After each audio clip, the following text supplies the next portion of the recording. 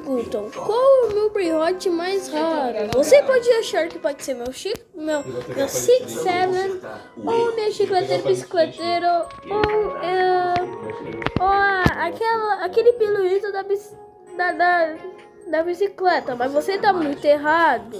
Ah, e também esse Brault que dá 4.000 por segundo, você tá muito errado.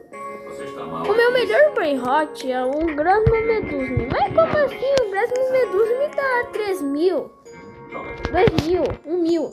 Mas não, galera. Esse daqui dá 8.000 por segundo. Galera, olha lá. 8.000 lá em cima. 8.000. Então, esse daqui é o meu melhor brain rot aqui no Hobby Brain Rot. Ele vai ser postado em todos os meus canais. Então me segue lá no meu outro canal, por causa que eu voltei a fazer vídeo lá. Agora, o meu canal de live Hobby Brain Rot. Tchau.